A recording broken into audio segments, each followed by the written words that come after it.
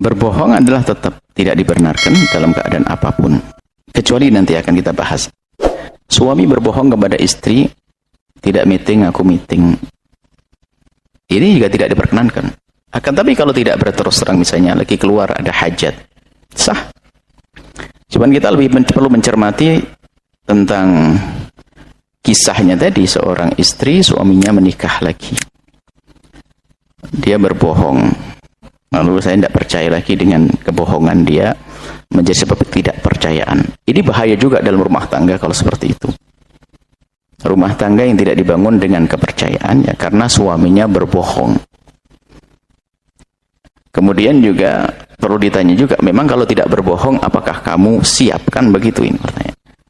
Kenapa dia tidak terus terang ke saya? Kalau terus terang apa?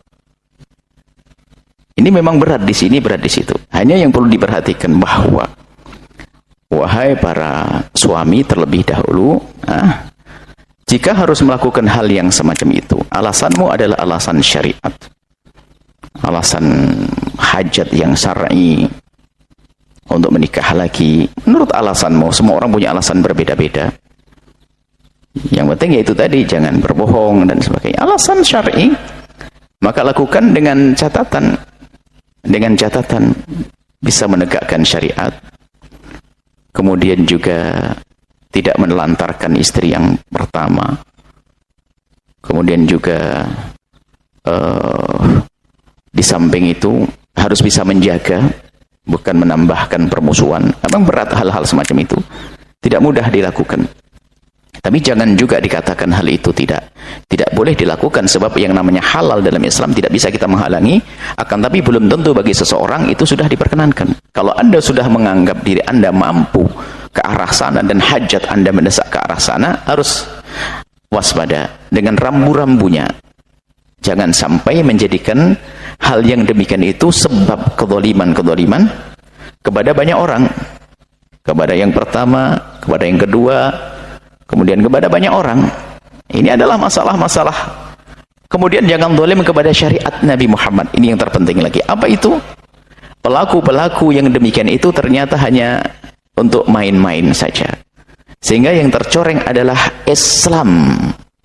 Yang tercoreng adalah Islam. Alasannya adalah atas agama, atas nama sunnah. Sunnah itu apa maksudnya? Nabi pernah melakukan dengan tujuan-tujuan. Tapi bagi kita, bagi umat Nabi, belum tentu jadi sunnah. Bisa jadi hukum nikah satu istri saja ada yang haram kok, kalau memang dia tidak bisa menjalankan tugas dengan benar, sementara dia belum terlalu butuh urusan hubungan pribadi. Maka hukum menikah dengan satu istri saja, hukumnya kata Imam Nawawi ada 5. Ada yang haram, ada yang makruh, ada sunnah. Jadi sunnah yang disebut itu adalah sunnah pernah dilakukan Nabi, tapi bagi kita belum tentu. Makanya kepada kaum pria ini adalah harus menjaga syariat Nabi. Kalau melakukan ini memang harus dengan tujuan-tujuan yang baik dan benar. Bukan hanya sekedar main-main sana, main sini, itu membahayakan. Kalau demi untuk hajatnya yang mungkin mendesak sekali, yang tidak mendesak sekali, maka tentunya juga dengan rambu-rambu akhlaknya, dengan yang pertamanya. Kemudian bagi tadi istri yang sudah tidak percaya lagi kepada suaminya, ya lebih baik membuka diskusi baik-baik. Sebetulnya bohongnya sang suami itu mungkin perlu dicermati oleh istri tadi. Bohongnya suamimu itu bukan karena ingin jahat kepadamu, bukan ingin jahat kepadamu. Berbohongnya suamimu kepadamu itu, tapi dia tidak boleh bohong seharusnya. Tapi berbohongnya suamimu kepadamu karena menjagamu. Mungkin takut kamu sedih, takut kamu sakit, takut kamu. Cuman dia tidak punya cara lain kecuali harus berbohong. Maka kalau sudah terjadi seperti itu, lebih enak diskusi baik-baik. Jadi jangan dianggap dia pembohong. Tidak, dia bohong hanya spesial urusan denganmu saja. Karena takut kalau terus terang nanti apa yang terjadi? Kamu akan kecewa dan sebagainya.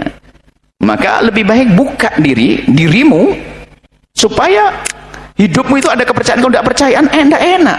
Padahal urusannya hanya urusan itu saja, sehingga kamu tidak percaya dengan semuanya. Ini bahaya sekali seorang istri nanti akhirnya tidak percaya. Maka lebih baik buka diri, abang seperti apa. Sedih ya harus dijalani, karena sudah memang harus dia pahit. Tapi daripada lebih pahit lagi, hidup tidak percaya, kemudian keindahan akan hilang.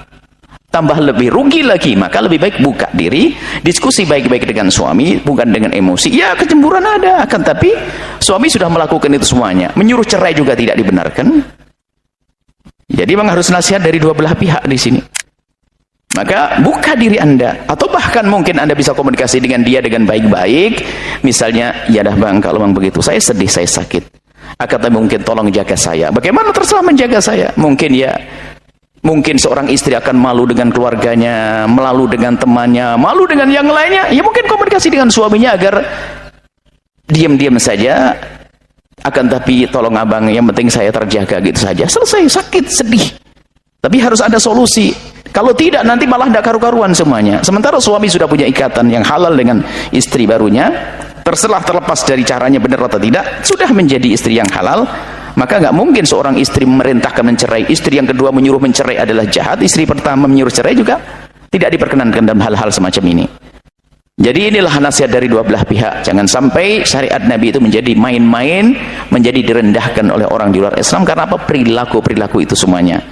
Jadi, nah, kepada istri yang tadi, jangan sampai seperti itu. Keindahanmu akan hilang kalau sudah hilang percaya. Bangun kepercayaan dengan cara komunikasi yang baik. Kepercayaan itu perlu sekali.